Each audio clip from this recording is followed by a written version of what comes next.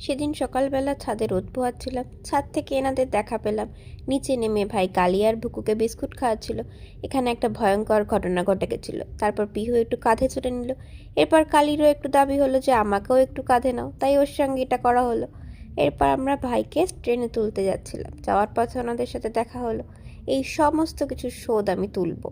তারপর ভাইকে ধাক্কা মেরে ট্রেনে তুলে দিয়ে আমরা দুজন হাঁটতে হাঁটতে আবার বাড়ির দিকে যাচ্ছিলাম। গিয়ে দেখি এই শীতকালে এনাদের ওপরেই অত্যাচার চলছে। আহারে, বুকু কি সুন্দর করুণ মুখ করে দেখছে। ইনি আবার একটু রেইনডিয়ার এসেছেন সেটাই বলছে। স্নান ধান করে এখন একটু ঘুমেরও তো দরকার। সন্ধেবেলা দেখো কি সুন্দর সেজে গুজে সবুজ জামা পরে বেরিয়ে পড়েছে।